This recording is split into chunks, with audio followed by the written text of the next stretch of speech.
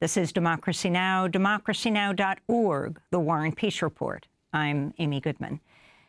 In Nablus, in the occupied West Bank, a funeral procession is underway at the time of this broadcast for the Turkish American activist Ayşenur Ezgi Eygi. She was killed by the Israeli military in the occupied West Bank on Friday. Ayşenur was a 26-year-old recent graduate of UW, the University of Washington in Seattle. She was shot dead by Israeli forces during a weekly Friday protest against illegal Israeli settlements in the town of Beita. According to eyewitnesses, Israeli soldiers fired tear gas and live ammunition, forcing the protesters to disperse down a hill on the edge of the town. Israeli activist Jonathan Pollock, who was on the scene, said the shooting took place about half an hour after the protesters had dispersed and the situation was calm. He said Ayşenur and other foreign volunteers were standing about 200 yards from the Israeli military. He described what happened. So after retreating from the hilltop, I was right there where the garbage can is, and it was completely quiet already back then. The clashes had dissipated, and then after 10 or 15 minutes, it was completely quiet. I heard two distinct shots of live ammunition. One hit a metal object, and then I retreated a little bit backwards into the olive grove, and then a few seconds after, maybe 2 or 3 seconds, a second shot, and I heard someone calling my name and saying in English, help us, we need help, come over. So I raced through the olive groves down there. Her head was gushing with blood. She was lying here. I put my hand behind her back to try and stop the bleeding, which didn't stop. I looked up and saw a direct line of sight from where the soldiers were on that rooftop, some 200 meters away.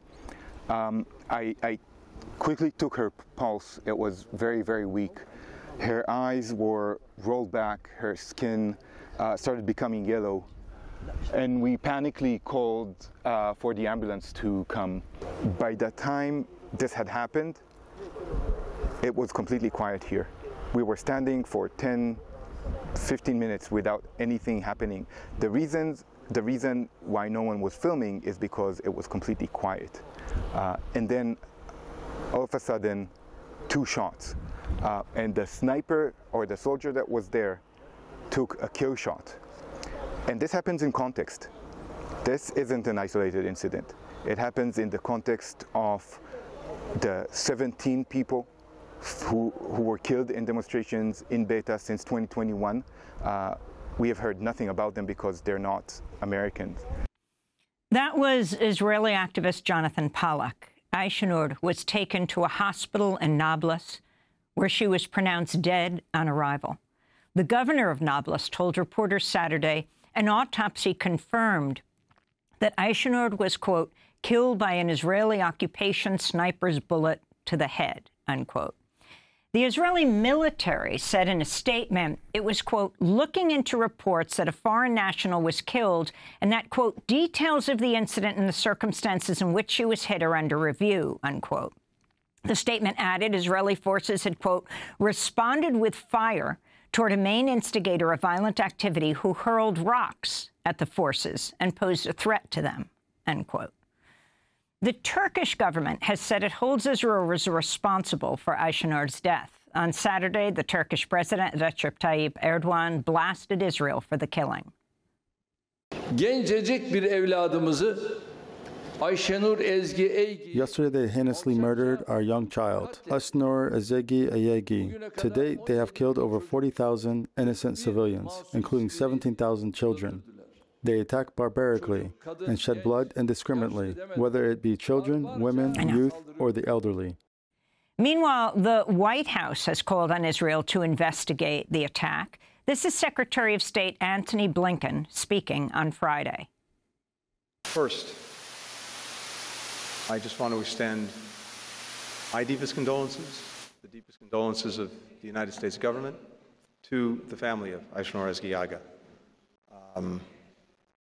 We deplore this tragic loss. Now, the most important thing to do is to gather the facts, and that's exactly what we're in the process of doing. And we are intensely focused on getting those facts. And any actions that we take are driven by the facts. So first things first, let's find out exactly what happened, and we will draw the necessary conclusions and consequences from that. Ayşenur's family has called for an independent investigation, saying, quote, "We welcome the White House's statement of condolences, but given the circumstances of Ayşenur's killing, an Israeli investigation is not adequate. We call on President Biden, Vice President Harris, and Secretary of State Blinken to order an independent investigation into the unlawful killing of a U.S. citizen and to ensure full accountability for the guilty parties," end quote. At least 17 Palestinian protesters have been killed in Beita in protests against illegal Israeli settlements since 2020.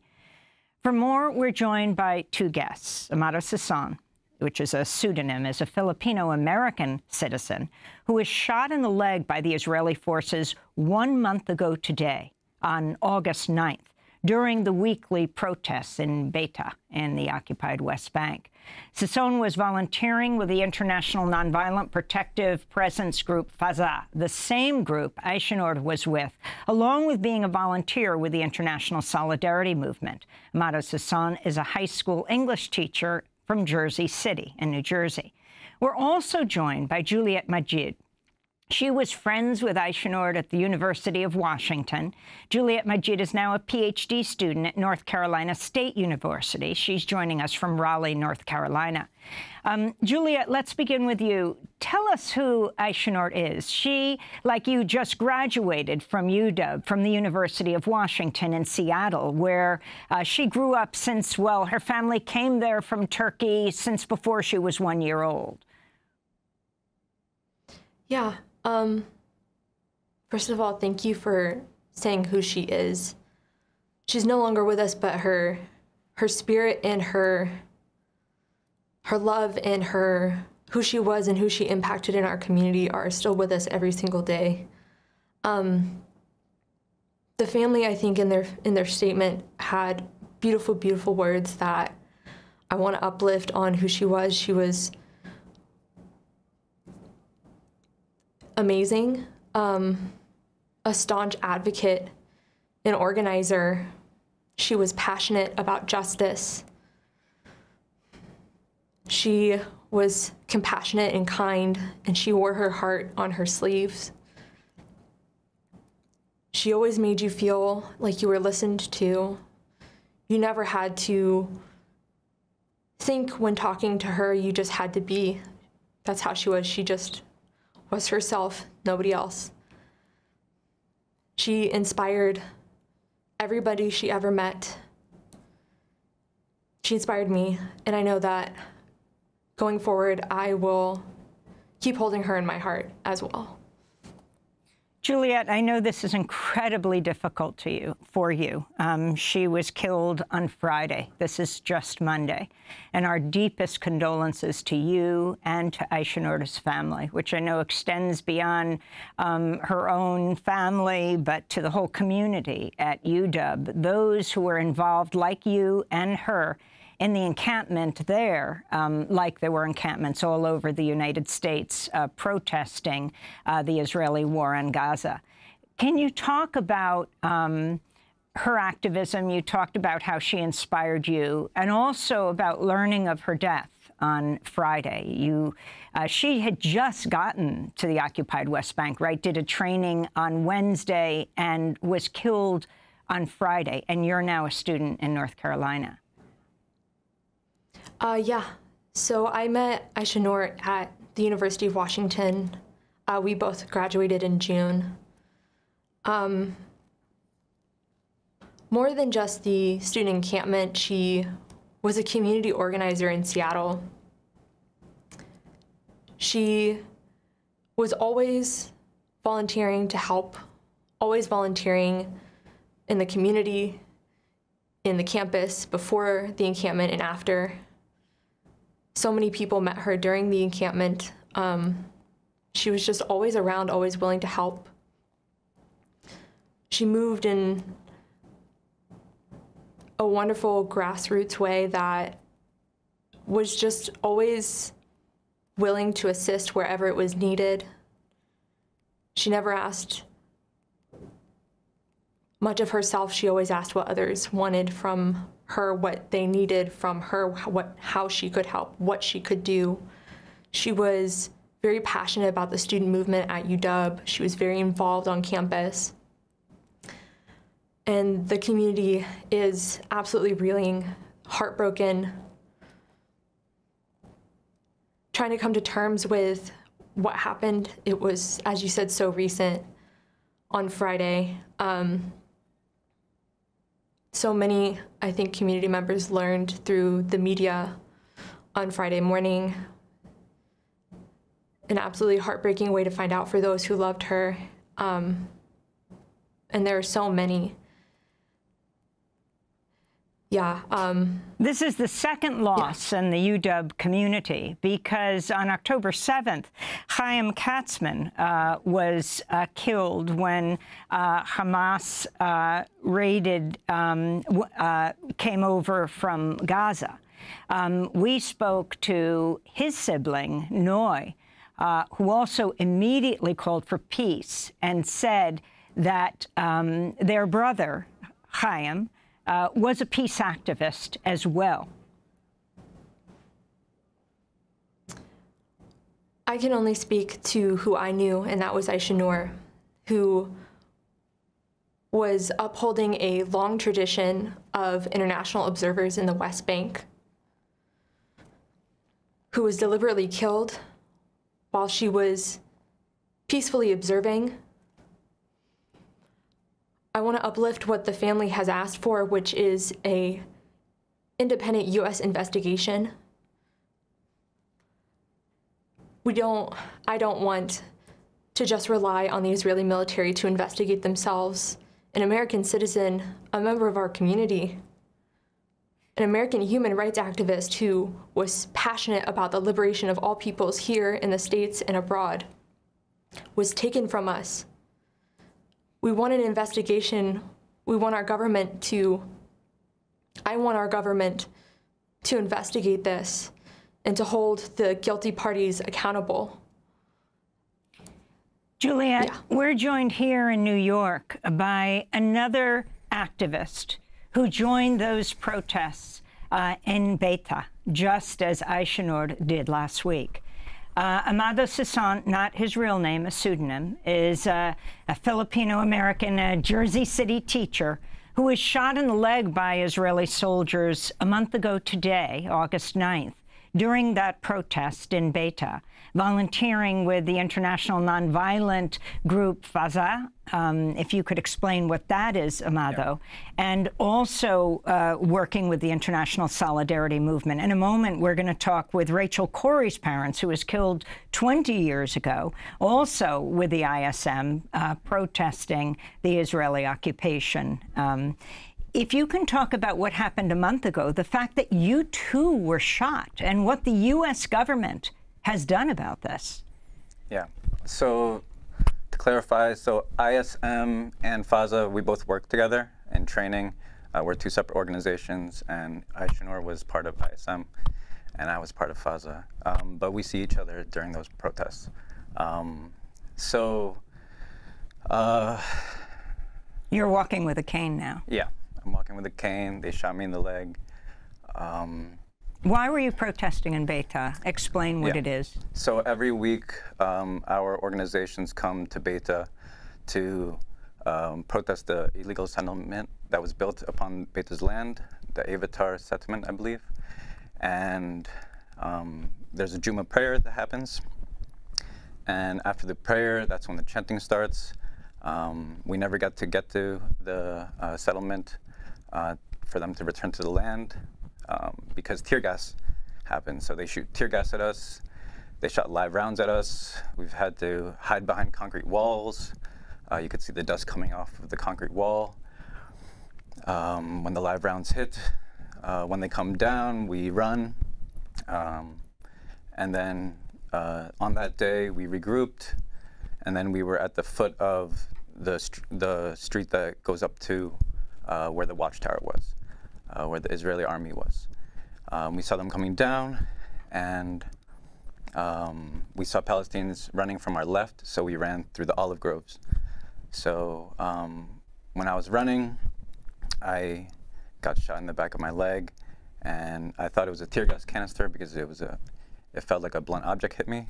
But when we're actually showing for our TV audience your leg when you were shot. Yeah, I only saw that twice. So when I got to the clearing, the Palestinians raised me up, put me in a pickup truck, got me to the clinic, transferred me to an ambulance, and getting to the hospital, we had 2 trucks blocking us, and then 2 checkpoints where they demanded to see who was inside. So it delayed my care further. But the Palestinians showed me so much care and love, and I'm indebted to them for saving me that day. I wanted to go to Jonathan Pollock, the Israeli activist who held Ayşenur as she died, has taken part in the weekly protests against the settlements in Beita for months. Jonathan couldn't join us today because he's taking part in this funeral procession for Ayşenur in Nablus. We spoke to him yesterday, and this is some of what he had to say. I would just like to say that her death is not an isolated incident.